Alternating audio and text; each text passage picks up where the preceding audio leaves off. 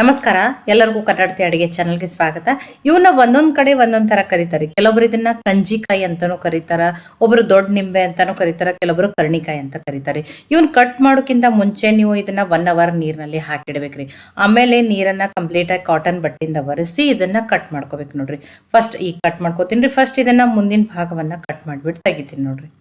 ನೋಡಿ, ಇವತ್ತು ನಾನು ಯಾವ ರೀತಿ ಉಪ್ಪಿನಕಾಯಿ ಇದ್ರದ್ದು ಹಾಕ್ತೀನಿ ಅಂತ ಹೇಳಿ ನಾನು ನಿಮಗೆ ಮಾಡಿಬಿಟ್ಟು ತೋರಿಸ್ತಾ ಇದ್ದೀನಿ. ಫಸ್ಟ್ ಮಧ್ಯೆ ಕಟ್ ಮಾಡ್ಕೊಂಡಿನಿ. ಬೀಜನಲ್ಲಿ ತುಂಬಾ ಕಹಿ ಅಂಶ ಇರ್ತದೆ ರೀ. ಅದಕ್ಕೆ ಇದ್ರೊಳಗಿನ ಬೀಜಗಳನ್ನ ಎಲ್ಲ ಕಂಪ್ಲೀಟಾಗಿ ತೆಗೆದ್ಬಿಟ್ಟೆ ತೊಗೋಬೇಕ್ರಿ. ಇನ್ನೊಂದು ಏನದಲ್ರಿ ಕರ್ಣಿಕಾಯಿ, ಅದನ್ನು ಕಟ್ ಮಾಡ್ಕೊಂಡ್ಬಿಟ್ಟು ಎಲ್ಲನೂ ಬೀಜನ ತಗೊಂಡ್ಬಿಟ್ಟು ತೊಗೋತೀನಿ ನೋಡ್ರಿ. ನೋಡಿ, ಎಲ್ಲ ಬೀಜಗಳನ್ನ ತೆಗ್ದಿದ್ದೀನಿ. ಈಗ ಇದನ್ನು ಕಟ್ ಮಾಡ್ಕೊಂಡ್ರಿ. ನೋಡಿ, ನಾನು ತುಂಬ ಸಣ್ಣದಾಗಿನೂ ಕಟ್ ಮಾಡಲ್ಲ, ತುಂಬ ನೋಡಿರಿ ನೀವು ಸೈಜ್ ಸ್ವಲ್ಪ ಸಣ್ಣ ದೊಡ್ಡ ಯಾವ ರೀತಿ ಬೇಕೋ ನೀವು ಆ ರೀತಿ ಏನು ಮಾಡ್ಕೋಬೋದು, ಕಟ್ ಮಾಡ್ಕೋಬೋದು. ಈಗ ಉಳಿದಿದ್ದನ್ನು ಎಲ್ಲ ಏನು ಮಾಡ್ತೀನಿ, ಇದೇ ರೀತಿ ಕಟ್ ಮಾಡಿಬಿಟ್ಟು ತೊಗೋತೀನಿ ರೀ. ನೋಡಿ, ಆದಷ್ಟು ಹೇಳ್ತಾ ಇದ್ದೀನಿ. ಕುದ್ಮೇಲೆ ಬೀಜ ತುಂಬ ಕೈ ಬಿಡ್ತದೆ, ಬೀಜಗಳನ್ನ ಕಂಪ್ಲೀಟಾಗಿ ತೆಗೆದುಬಿಟ್ಟು ತೊಗೋರಿ. ನೋಡಿ, ಎಲ್ಲ ಕಟ್ ಮಾಡ್ಕೊಂಡಿದ್ದೀನಿ. ಈಗ ಇದನ್ನು ಸ್ಟೀಮ್ ಮಾಡ್ಕೊಂಡ್ರಿ. ನೀವು ಚಾಣಿ ಒಳಗದು ಸ್ಟೀಮ್ ಮಾಡ್ಕೋಬೇಡ್ರಿ. ಅವಾಗ ಏನಾಗ್ತದೆ, ಇದ್ರ ಸ್ಟೀಮ್ ಆಗೋ ಮುಂದೆ ಇದ್ರೊಳಗಿನ ರಸನೂ ಏನಾಗ್ತದೆ ರೀ, ಬಸದು ಹೋಗ್ಬಿಡ್ತದೆ ರೀ. ಅದಕ್ಕೇ ನಾನು ಏನು ಮಾಡ್ತಾ ಇದ್ದೀನಿ ಇವತ್ತು, ಇಲ್ಲಿ ಇಡ್ಲಿ ಪಾತ್ರೆಯಲ್ಲಿ ಸ್ಟೀಮ್ ಮಾಡ್ಕೊತಾ ಇದ್ದೀನಿ. ಇಡ್ಲಿ ಪಾತ್ರೆಯಲ್ಲಿ ಆಲ್ರೆಡಿ ನೀರನ್ನು ಕಾಯ್ಲಿಕ್ಕೆ ಇಟ್ಟಿನಿ. ನೋಡಿ, ನೀರು ಚೆನ್ನಾಗಿ ಕಾಯ್ದದ. ಈಗ ಇವನ್ನ ಸ್ಟೀಮ್ ಮಾಡಿಬಿಟ್ಟು ತೊಗೊಂಡು, ನೀವು ಚಾಣಿ ಒಳಗೆ ತೂತಿರೋದ್ರಿಂದ ಸ್ಟೀಮ್ ಆಗಿ ಸಾಫ್ಟ್ ಆದಮೇಲೆ ಆ ರಸ ಎಲ್ಲ ಬಸದು ಹೋಗ್ಬಿಡ್ತದೆ. ಇದು ಅದರೊಳಗೆ ಉಳಿತದ ಅಂತ ಹೇಳಿ ನಾನೇನು ಮಾಡ್ತಾ ಇದ್ದೀನಿ, ಇಡ್ಲಿ ಪಾತ್ರೆಯಲ್ಲಿ ಸ್ಟೀಮ್ ಮಾಡ್ಕೊತಾ ಇದ್ದೀನಿ. ಇದನ್ನು ಹೈ ಫ್ಲೇಮ್ದಲ್ಲಿ ಇಟ್ಟನೆ 15 ನಿಮಿಷ ಸ್ಟೀಮ್ ಮಾಡ್ಕೊತೀನಿ ನೋಡಿರಿ. 15 ನಿಮಿಷ ಸ್ಟೀಮ್ ಆಗಲಿ ರೀ. ನೋಡಿ, ಈಗ 15 ನಿಮಿಷ ಆಗ್ಯದ. ನಾನು ಗ್ಯಾಸನ್ನು ಆಫ್ ಮಾಡಿದ್ದೀನಿ. ನೋಡಿ, ನಿಮಗೆ ಯಾಕೆ ಸ್ಟೀಮ್ ಮಾಡ್ಕೋಬೇಕಂತನೂ ನಾನು ಆಮೇಲೆ ಹೇಳ್ತೀನಿ ರೀ. ಈಗ ಇವನ್ನ ಏನು ಮಾಡ್ತೀನಿ, ಈ ಪ್ಲೇಟ್ಗಳನ್ನ ತಕ್ಕೊಂಡ್ಬಿಡ್ತೀನಿ ನೋಡಿರಿ. ನೋಡಿ, ತಕ್ಕೊಂಡಿದ್ದೀನಿ. ಈಗ ಇದನ್ನು ಅನ್ಕ ಏನು ಮಾಡ್ತೀನಿ ರೀ, ಸೈಡಿಗೆ ಇಡ್ತೀನಿ. ಈಗ ಒಂದು ಕಡಾಯಿಗೆ ನಾನಿಲ್ಲಿ ಅರ್ಧ kg ಆಗಷ್ಟ ಬೆಲ್ಲವನ್ನು ಕುಟ್ಟಿ ಅಥವಾ ಜಜ್ಜಿಬಿಟ್ಟು ತೊಗೊಂಡಿದ್ದೀನಿ ನೋಡಿರಿ. ಅಥವಾ ಪುಡಿ ಬೆಲ್ಲನ ತೊಗೊರಿ, ಅಥವಾ ದೊಡ್ಡ ಬಟ್ಲೆ ನಾನು 2 ಬಟ್ಲಾಗಷ್ಟ ತೊಗೊಂಡಿದ್ದೀನಿ. ಸ್ವಲ್ಪ ಇದು ಹುಳಿ ಕೈ ಇದು ಮ್ಯಾಚ್ ಆಗ್ಬೇಕಂದ್ರೆ ಇಷ್ಟಂತೂ ಬೆಲ್ಲ ಬೇಕೇ ಬೇಕ್ರಿ ಇದಕ್ಕೆ. ನೋಡಿ, ಬೆಲ್ಲ ತೊಗೊಂಡಿನಿ. ನೋಡಿರಿ, ಅದರೊಳಗಿನ ರಸ ಅದರೊಳಗೆ ಉಳಿದದಲ್ಲ.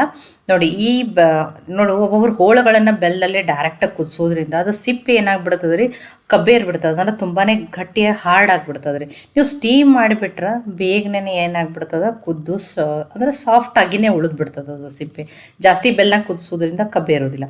ನೋಡಿ, ಈಗ ಇದನ್ನು ಬೆಲ್ಲ ಜೊತೆ ನೀಟಾಗಿ ಮಿಕ್ಸ್ ಮಾಡ್ಕೊಂಡಿದ್ದೀನಿ. ಈಗ ಇದೊಂದು ಫಸ್ಟ್ ಒಂದು ಕುದಿ ಬರಲಿ ರೀ. ಇದು ನೋಡಿ, ಇದು ಕುದಿ ಬರ್ಬೇಕ್ರಿ. ನೋಡಿ, ಒಂದು ಕುದಿ ಬಂದಲ್ಲ. ಇದರೊಳಗೆ ಒಂದು 10 ಹಸಿಮೆಣ್ಸಿನ್ಕಾಯಿನ 1ರಲ್ಲಿ 2 ಭಾಗ ಮಾಡಿ ಒಗೆದಿದ್ದೀನಿ. ಇದ್ರ ಆಪ್ಷನಲ್ಲ, ಹಾಕ್ರಿ, ಟೇಸ್ಟ್ ತುಂಬಾ ಚೆನ್ನಾಗಿ ಬರ್ತದೆ.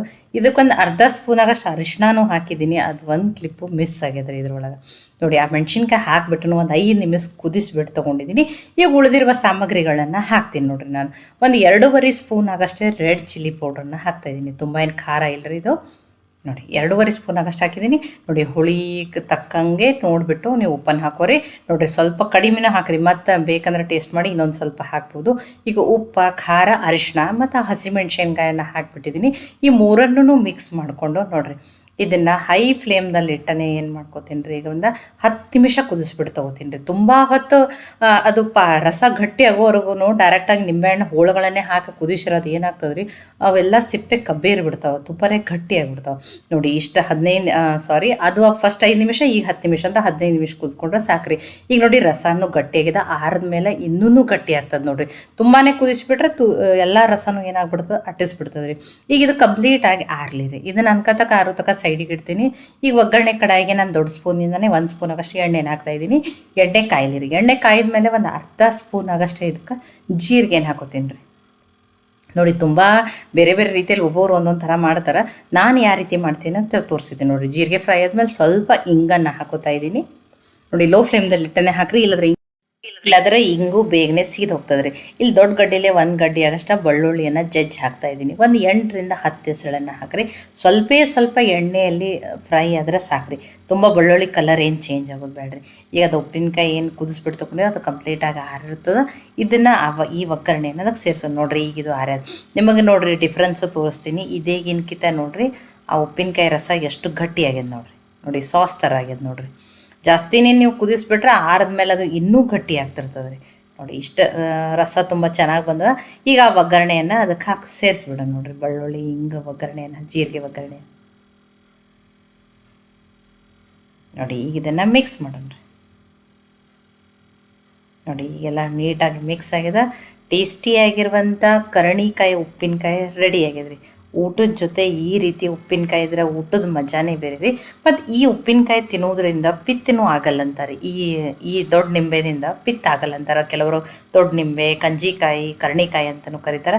ನೋಡಿರಿ ರಸನೂ ಎಷ್ಟು ಚೆನ್ನಾಗಿ ಪರ್ಫೆಕ್ಟಾಗಿ ಬಂದಿದೆ. ನಿಮಗೆ ಸ್ವಲ್ಪ ಉಪ್ಪು ಏನಾರ ಕಡಿಮೆ ಅನಿಸಿದ್ರೆ ಉಪ್ಪನ್ನು ಸೇರಿಸ್ಬಿಟ್ಟು ಹಾಕೋರಿ. ನೋಡಿರಿ ನನಗಂತೂ ಉಪ್ಪು ಕರೆಕ್ಟಾಗಿದೆ. ಇದನ್ನು ನೀವು ಕಾಜಿನ ಬಾಟ್ಲ್ದಲ್ಲಿನೋ ಅಥವಾ ನೀವು ಯಾವುದೇ ರೀತಿ ಆ ಉಪ್ಪಿನಕಾಯಿ ಹಾಕೋ ಭರಣಿ ಇರ್ತಾವಲ್ಲ ಅದರಲ್ಲಿ ಹಾಕಿಡ್ರಿ. ಎಷ್ಟು ದಿನ ಇಟ್ಟರು ಏನೂ ಆಗೋದಿಲ್ಲ.